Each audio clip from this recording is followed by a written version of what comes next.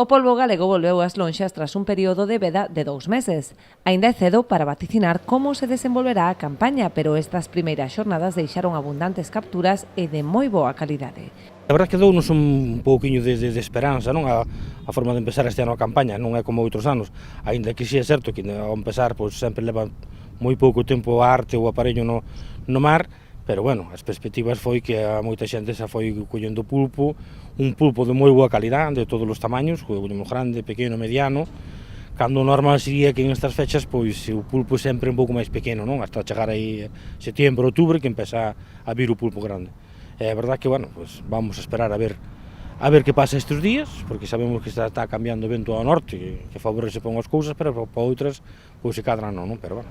Nestes primeiros días acompañou tamén a cotización, roldando os 13 euros o máis caro na lonxa de Ribeira, e cunha media por riba dos 10 euros. Os preços tamén foron moi bons, a verdade que moitas lonjas chegaron aos 13, 13,20 máis ou menos, nos quedou en 12,90.